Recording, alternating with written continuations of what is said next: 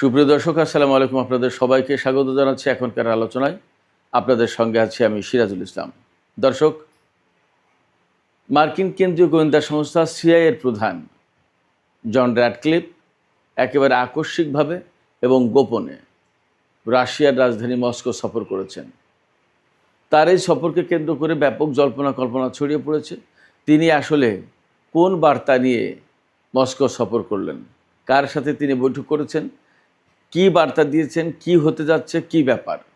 এদিকে আমেরিকার পক্ষ থেকে পাকিস্তানের সেনা প্রধানকে ইরানে যে পাঠানো হয়েছিল ইরানের সাথে আলোচনার জন্য, সেখানে ডোনাল্ড ট্রাম্প প্রস্তাব দিয়েছেন, পাকিস্তানি সেনা প্রধানের মাধ্যমে একটা গুরুত্বপূর্ণ প্রস্তাব দিয়েছেন, এবং সেই প্রস্তাবের বিপরীতে ইরান কি বলেছে খুবই গুরুত্বপূর্ণ, ইন্টারেস্টিং। এবং ডোনাল্ড ট্রাম্প যে কতটুকু চাপে পড়েছে আপনারা এই আলোচনা শুনলে বুঝতে পারবেন। সুপ্রিয় দর্শক, আর একটা ব্যাপার, সেটা হচ্ছে সিরিয়াতে নাকি প্রচুর পরিমাণে সামরিক সরঞ্জাম মোতায়েন করেছে তুরস্ক, এবং কোনো সামাজিক মাধ্যমে বলা হচ্ছে যে 4.5 লাখ সেনা নাকি পাঠিয়েছে সিরিয়াতে, এবং ইসরায়েলের সাথে যুদ্ধ সংঘাত যে কোনো পরিস্থিতির জন্য তুরস্ক প্রস্তুত। আসলে কি বাস্তবতা তাই? এপাশে হরমুজ প্রণালী নিয়ে ওমানের সাথে ইরানের আলোচনা কত দূর এগোলো এবং কি হয়েছে, আলোচনা কি হতে যাচ্ছে, এই যে 4টি গুরুত্বপূর্ণ বিষয় বললাম, এই 4টি গুরুত্বপূর্ণ বিষয় নিয়ে আলোচনা করব। এর সাথে আর একটা বিষয় থাকবে। চীন কিন্তু সোজা সাপটা বলে দিয়েছে, চীনের কোম্পানিগুলোর বিরুদ্ধে যদি নতুন করে নিষেধাজ্ঞা আরোপ করা হয় তাহলে চীন পাল্টা ব্যবস্থা নেবে। ডোনাল্ড ট্রাম্প এই নিষেধাজ্ঞা বাস্তবায়নের জন্য কি করছেন সে গল্পও বলবো আমি আজকের এই ভিডিওতে। আপনারা সঙ্গে থাকুন প্লিজ। আর যদি ভিডিও ভালো লাগে তাহলে লাইক, কমেন্ট, শেয়ার করবেন এবং চ্যানেলটি সাবস্ক্রাইব করে সাথেই থাকবেন। দর্শক, চলুন আমরা বিস্তারিত আলোচনায় ঢুকে পড়ি। একেবারে প্রথমেই সিআইএ প্রধান র্যাডক্লিফের মস্কো সফর দিয়েই শুরু করি আলোচনাটা। সিআইএ প্রধান জন র্যাডক্লিফ তিনি গতকাল গোপনে বাট অত্যন্ত জরুরি প্রয়োজনে মস্কো সফর করেছেন, একথা বলার মানে অবকাশ নেই, একদম সহজ কথা। কারণ সিআইএ প্রধান হচ্ছে এমন একটা পোস্ট, সেই জায়গা থেকে রাশিয়া সফর করতেছে, এটা অনেক অনেক বড় ব্যাপার, কোনো সাধারণ ব্যাপার না। অনেকটা বলা যায় যে অসাধারণ একটা ব্যাপার, একদম নজিরবিহীন না বললেও আমি বলবো অসাধারণ ব্যাপার। সচরাচর সিআইএ প্রধান রাশিয়া সফর করেন না, তো এই রকম সময় তিনি রাশিয়া সফর করেছেন। এই রাশিয়া সফরের সময় আসলে র্যাডক্লিফ কি বার্তা দিলেন, কার সাথে বৈঠক করলেন, কি কথা হলো এবং আসলে কি হতে যাচ্ছে। বলা হচ্ছে, বিভিন্ন মাধ্যমে বলা হচ্ছে যে সিআইএ প্রধান মস্কোতে সরাসরি রাশিয়ার প্রেসিডেন্ট ভ্লাদিমির পুতিনের সাথে বৈঠক করেছেন। সেই বৈঠকে তিনি এমন কিছু বার্তা দিয়েছেন বা এমন সতর্কতা জারি করেছেন রাশিয়াকে, যা আমেরিকার স্বার্থের মারাত্মক পরিপন্থী ছিল।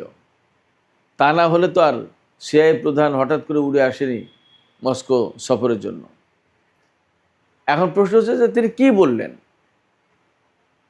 তিনি কি মেসেজ দিলেন যা করতে নিষেধ করলেন রাশিয়াকে, অথবা এমন কি কথা তিনি বললেন যে তোমরা যা করতে যাচ্ছ আমরা তা জানি, তোমরা এটা করো না, এর পরিণতি ভালো হবে না, এমন কিছুই তো মেসেজ দিয়েছে।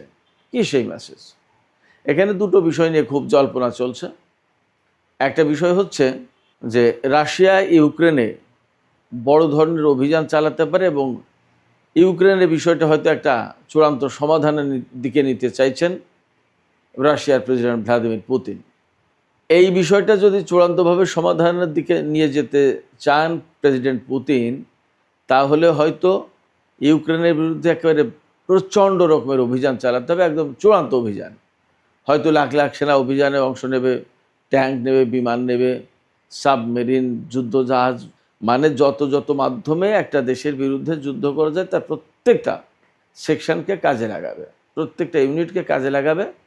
এবং জানি না কি হবে যদি ইউক্রেনের বিরুদ্ধে প্রয়োজন হয় তাহলে হয়তো পরমাণু বোমাও ব্যবহার করে এমন পরিকল্পনা করে থাকতে পারে রাশিয়া। সিআইএর কাছ থেকে গোয়েন্দা তথ্য সংগ্রহ করা, হয়তো সেই তথ্য তাদের কাছে গেছে এবং এবং মোটেই দেরি না করে সিআইএর প্রধান র্যাডক্লিফ মস্কো সফরে চলে এসেছেন এবং মস্কো সফরে এসে প্রেসিডেন্ট পুতিনকে বলছেন, আপনারা এই কাজগুলো করেন না বা এই কাজ করেন না বা এই অভিযান পরিচালনা করবেন না, এতে এর পরিণতি খারাপ হবে, বা আপনারা এই করতে যাচ্ছেন এটা করবেন না, হয়তো সতর্কতা জারি করেছে। এখন তিনি কি সতর্কতা জারি করলেন আর কি করলেন না, কি বললেন না, তা তো যেহেতু পরিষ্কার খবর আসেনি, সেজন্য আমাদের অপেক্ষা করতে হবে। তবে একদম নিশ্চিত তিনি যে খুব গুরুত্বপূর্ণ বিষয় নিয়ে আলোচনা করতে এসেছেন তাতে কোনো সন্দেহ নেই। এই জায়গায় দ্বিতীয় যে বিষয়টা নিয়ে জল্পনা চলছে সেটা হচ্ছে ইরান প্রসঙ্গ।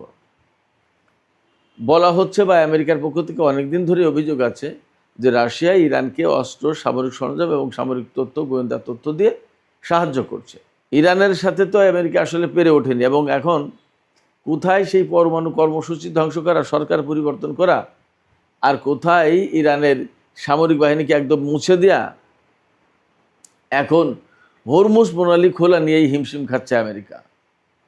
এইরকম একটা প্রেক্ষাপটে হয়তো ইরান ইস্যুকে কেন্দ্র করে সিআইএ প্রধান রাশিয়ার সাথে মত বিনিময় করতে এসেছেন বা কোনো সলা পরামর্শ বা তাদের পক্ষ থেকে কোনো উদ্বেগের কথা, উৎকণ্ঠার কথা জানাতে আসতে পারেন। এটাও একটা কারণ হতে পারে যে ইরান ইস্যু হতে পারে। আবার এমনও হতে পারে যে ইরানের বিরুদ্ধে আমেরিকা ভয়ঙ্কর কোনো পরিকল্পনা করছে যে ইরান যদি এই না করে তাহলে আমরা এই করব, এমন তথ্য দিতে পারে। কথার কথা বলছি, আমি এটা চূড়ান্ত সত্য ধরে উদাহরণটা দিচ্ছি না, আমি জাস্ট আলোচনা প্রসঙ্গে বলছি যে হয়তো আমেরিকা রাশিয়ার মাধ্যমে বলেছে, সিআইএ প্রধান হয়তো প্রেসিডেন্ট পুতিনকে বলে গেছেন যে প্রেসিডেন্ট ডোনাল্ড ট্রাম্পের পক্ষ থেকে আমি এসেছি, ইরান যদি হরমুজ প্রণালী খুলে না দেয় বা এই শর্ত মেনে না নেয় তাহলে ইরানের বিরুদ্ধে আমরা পরমাণু হামলা চালাবো। কথার কথা এমন একটা তথ্য দিল। হয়তো এই তথ্য পুতিন শুনেছেন, জেনেছেন এবং পরবর্তীতে ইরানের কাছে সেই তথ্য পাস করবেন বা পুতিনের সাথে পরামর্শ করতে পারে যে ইরান ইস্যুতে তো আমাদেরকে এইভাবে তারা আটকে দিয়েছে ইরান, এখন আমরা এই জায়গা থেকে বের হতে হলে আমাদের সামনে পথ পরমাণু বোমা হামলা চালানো অথবা ইরানের উপরে ব্যাপকভাবে বোমা হামলা চালানো বিমান থেকে, আমরা যে কোনো একটা করব, ইরান কি করবে সেটা আপনি দেখার একটু শুনে মেলে, এমন হতে পারে। নানা রকমের জল্পনা আছে, কোনটা সত্য কোনটা মিথ্যা বা কোনটা আসলে ঘটেছে বা কোনটা আসলে বলেছে এখনও পরিষ্কার না, এর জন্য আমাদের অপেক্ষা করতে হবে। সুপ্রিয় দর্শক, ইরানের প্রসঙ্গ এই আলোচনা ধরে যখন এসেই গেল তখন আমি ইরানের প্রসঙ্গে আরও কিছু কথা বলি। পাকিস্তানের সেনাপ্রধান ফিল্ড মার্শাল আসিম মুনিরকে যে ইরান সফরে পাঠিয়েছিলেন মার্কিন প্রেসিডেন্ট ডোনাল্ড ট্রাম্প, এই সফরে তিনি কি বার্তা দিয়ে পাঠিয়েছিলেন আসিম মুনিরকে ইরানের কাছে? জানা গেল যে ডোনাল্ড ট্রাম্প আসিম মুনিরকে এই বার্তা দিয়ে পাঠিয়েছেন যে আপনি ইরানকে বলুন যে ইরান হরমুজ প্রণালী খুলে দিন, এর বিনিময়ে আমরা ইরানের উপর থেকে নিষেধাজ্ঞা প্রত্যাহার করে নেব আর ব্লকেট তুলে নেব। আসিম মুনির কিন্তু ইরান থেকে ফিরে তিনি দাবি করেছেন বা পাকিস্তানের গণমাধ্যমগুলোতে খবর এসছে যে ভালো একটা আলোচনা হয়েছে, আলোচনার অগ্রগতি খুব ভালো।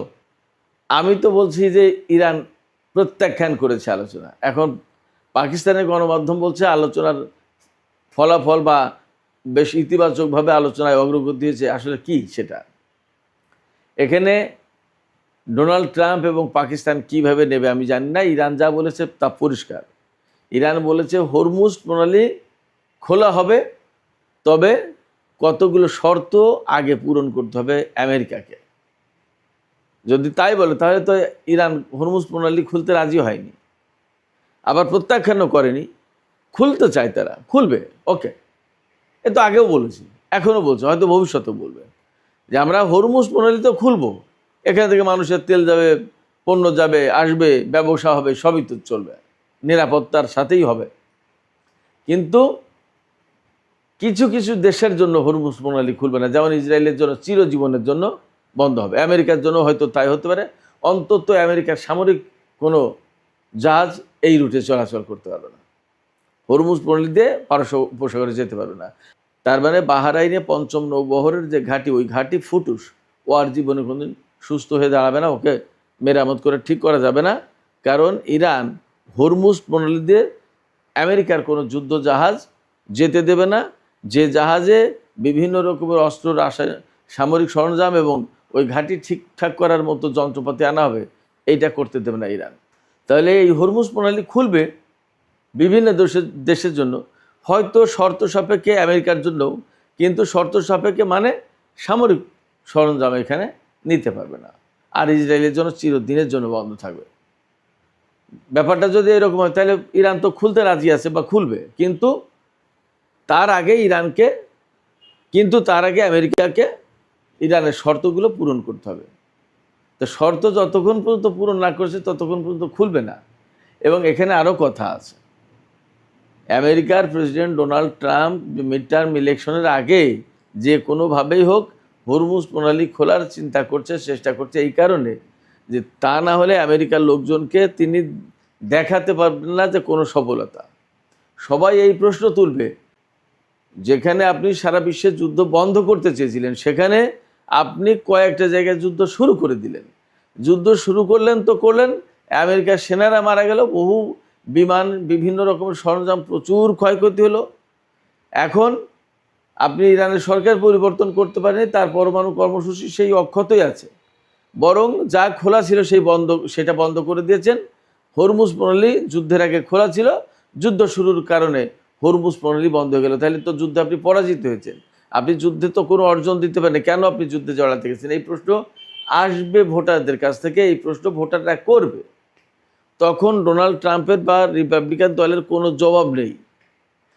এই জন্যই এই নির্বাচনী বৈতরণী, নির্বাচনের টাইমটা পার করার জন্য তিনি ইরানের সাথে যাই হোক না কেন একটা চুক্তি তিনি করতে চাচ্ছেন।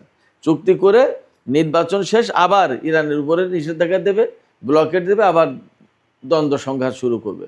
এটা অবধারিতভাবে ডোনাল্ড ট্রাম্প যা করবেন, এটা আমি বলে দিলাম, এই করবেন। কারণ ডোনাল্ড ট্রাম্প কোনো জায়গায় স্থিরভাবে থাকতে পারেন না, কোনো কথা, কোনো প্রতিশ্রুতি, কোনো ওয়াদা, কোনো কিছু তিনি রাখেন না, রাখতে পারেন না। এখন কি বললেন আর কালকে কি করলেন, এটার ভিতরে মিল থাকে না। সেক্ষেত্রে ইরান যদি ডোনাল্ড ট্রাম্পের সাথে কূটনৈতিক উদ্যোগে গিয়ে এই জায়গায় চুক্তি করে, তাহলে ইরান অবশ্যই আবার আটকে যাবে তাদের মাধ্যমে, আমেরিকার মাধ্যমে তারা আবার ব্ল্যাকমেইলের শিকার হবে। আমি জানি না ইরানিরা তাদের সিদ্ধান্ত মতো তারা কী করবেন, কিন্তু আমার বিশ্লেষণ এই আসে, কারণ ডোনাল্ড ট্রাম্প চুক্তি মানে না, চুক্তি রাখে না, এবং তিনি আলোচনায় ডেকে দেখা গেল যুদ্ধ শুরু করে দেয়, অপমান অপদস্থ করে, নানা রকম ব্যাপার। এই যে ইসলামাবাদ চুক্তি সমঝোতা এইটা করেছিল, সেটা নিজের সময়কার চুক্তি ভেঙে দিয়েছে। ওবামার আমলে যে পরমাণু চুক্তি ছিল সেটা না হয় ছিঁড়ে ফেলে বাদ দিল, সেটা আর এক প্রেসিডেন্টে তাকে পছন্দ করে না। ওবামা কালো বলে তাকে ভীষণভাবে ঘৃণা করে ডোনাল্ড ট্রাম্প। তো সেই ব্যক্তি ওবামার চুক্তি না হয় ছিঁড়ে ফেললো, বাদ দিল। কিন্তু এখন এই যে 17ই জুন যে চুক্তি হয়েছিল, MOU যেটা সই হয়েছিল, ইসলামাবাদ সমঝোতা স্মারক যেটা, সেটা তো ডোনাল্ড ট্রাম্প নিজে সিগনেচার করেছেন, সেটা ছিঁড়ে ফেললেন। তাহলে এর যে বড় প্রমাণ আর কি আছে? তিনি তো চুক্তি মানেন না। ইরান এই বিষয়গুলো নিশ্চয়ই মাথায় রাখবে। এরপরেও পাকিস্তানের সেনাপ্রধানের মাধ্যমে ডোনাল্ড ট্রাম্প যে প্রস্তাব দিয়েছেন, এটা একেবারেই ইরানের কাছে আমেরিকা সারেন্ডার করার মতো একটা প্রস্তাব। বাট এখনও ইরান তাতে পুরোপুরি রাজি হয়নি বা বলেনি সম্মতির কথা। এর মানে দাঁড়াচ্ছে যে তারা হয়তো বিষয়গুলো নিয়ে আলোচনা করে দেখবে। এমনটা যদি হয়, এই সময় চুক্তি না করে যদি আমেরিকাকে পরাজিত করে এখান থেকে চলে যেতে বাধ্য করা যায়, তাহলে সেটা হবে সবচেয়ে বড় কাজ। এই চুক্তিও লাগবে না, হরমুজ প্রণালী আমেরিকার জন্য খোলা লাগবে না, এবং এই এলাকায় আমেরিকা থাকতেও পারবে না। চুক্তি না করে যদি আরেকটু চাপ দেয় ইরান আমেরিকার উপরে, আমার মনে হয় যে ব্যাপারটা তখন আরও বেশি কার্যকরী হবে ইরানের জন্য। দেখা যাক ইরান কি করে। এদিকে সোমবার মার্কিন অর্থমন্ত্রী স্কট বেসেন্ট যে ইরানের বিরুদ্ধে ইকোনমিক ডুমসডে ঘোষণা করেছেন, এই ভয়াবহ প্রলয়ঙ্কারী নিষেধাজ্ঞা আরোপ করার পর মনে করা হয়েছিল যে ইরান একদম কলাপস করে যাবে। কিন্তু ইরান কলাপস করবে কি? এখন তো হরমুজ বলে তেল লেনদেন অনেক কিছু নেই, দরকারটা কি? তাহলে কীভাবে কলাপস করবে? কলাপস করবে না, বরং ইরানে যখন যুদ্ধ শুরু করেছে তখন যেমন বিশ্বের কেউ ডোনাল্ড ট্রাম্পের পাশে দাঁড়ায়নি, এখনও এই নিষেধাজ্ঞা আরোপের ক্ষেত্রে কেউ দাঁড়াবে বলে মনে হয় না। কারণ ডোনাল্ড ট্রাম্পকে এবং তিনি কি করেন এবং তার মনোভাবটা কি, তার অবস্থানটা কি, এটা বিশ্বের নেতারা সব জানেন। যার কারণে এই নতুন নিষেধাজ্ঞার পক্ষে বিশ্ব নেতারা দাঁড়াবেন এটা ভাবার কোনো কারণ নেই। এখানে যদিও বেসেন্ট বলেছেন যে বিশ্বকে বেছে নিতে হবে, তারা ইরানের পক্ষে থাকবে নাকি আমেরিকার পক্ষে, কিন্তু ব্যাপারটা এত সরলভাবে যাবে না এবং তারা অনেকেই ইরানকেই বেছে নেবে। কারণ তারা জানে যে ডোনাল্ড ট্রাম্প কোনো চুক্তি বা কোনো বক্তব্য দিয়ে সেইটার উপরে স্থির থাকতে পারবে না, থাকে না। এর ভেতরে খবর এসেছে যে ডোনাল্ড ট্রাম্প বিশ্ব নেতাদেরকে ফোন করছেন বারবার যে আপনারা এই নিষেধাজ্ঞায় সামিল হন, নিষেধাজ্ঞা কার্যকর করুন, নিষেধাজ্ঞা বাস্তবায়নে সহায়তা করুন। কিন্তু ইরানের যে প্রধান বাণিজ্যিক পার্টনার চীন, সেই চীন পরিষ্কার করে বলেছে যে চীনের হংকং বেইজ যে সমস্ত কোম্পানি, তাদের উপরে যদি কোনো রকমের সেকেন্ডারি নিষেধাজ্ঞা দেয়া হয়, আগে যা দিয়েছে, আবার নতুন করে যদি নিষেধাজ্ঞা দেয়া হয়, তাহলে আমেরিকার বিরুদ্ধে সোজা সাপটা পাল্টা পদক্ষেপ নেওয়া হবে, রিটালিয়েট করা হবে, মানে প্রতিশোধ নেওয়া হবে। তা প্রতিশোধ মানে কি? চীন সোজাসুজি আমেরিকার বিভিন্ন কোম্পানির উপরে নিষেধাজ্ঞা আরোপ করে দেবে। আমেরিকা যদি ট্যারিফ বাড়ায়, তাহলে চীনও ট্যারিফ বাড়িয়ে দেবে। এইভাবে বাণিজ্য যুদ্ধ শুরু হবে। ফলে ডোনাল্ড ট্রাম্প নিষেধাজ্ঞা আরোপ করেছে, এই নিষেধাজ্ঞা আরোপ করেও কিন্তু শান্তিতে নেই এবং তিনি জানেন যে এই নিষেধাজ্ঞা খুব একটা কার্যকরী হবে না, কাজ করবে না। এই জন্য পাকিস্তানের সেনাপ্রধানকে ইরানে সফর পাঠিয়েছিল। যেদিন সফরে পাঠিয়েছে সেই দিন আবার নিষেধাজ্ঞা দিচ্ছে, তার মানে সব অপশন তার সামনে খোলা। তাই ইরান কি এতটা বোকা যে আমেরিকা সব অপশন খোলা রেখে ইরানকে চুক্তি করতে ডাকবে আর ইরান সুর করে চুক্তি করতে চলে যাবে? ব্যাপারটা কি এরকম? প্রশ্ন ওঠে না। অতএব ডোনাল্ড ট্রাম্পকে এখানে অপেক্ষা করতে হবে এবং ইরান কোন কৌশলে এইগুলো আটকে দেয় এবং এইগুলো থেকে উদ্ধার পায় নিজে, আমরা একটু অপেক্ষা করি, দেখবেন যে অনেক বড় বড় খেলা জমছে এখানে। সুপ্রিয় দর্শক, আলোচনার শেষে তুরস্ক ইসরায়েল সিরিয়া প্রসঙ্গে একটু কথা বলি। সামাজিক মাধ্যমগুলোতে বেশ খবর ছড়িয়ে পড়েছে যে তুরস্ক নাকি বিপুল পরিমাণে সামরিক সরঞ্জাম সিরিয়ায় মোতায়েন করেছে এবং 4.5 লাখ সেনা নাকি পাঠিয়েছে। এটা যদিও একটু অস্বাভাবিক কথা, কিন্তু অনেক সামাজিক মাধ্যমে এই খবর ঘুরছে। আর সত্য মিথ্যা এখনই জানা যাচ্ছে না।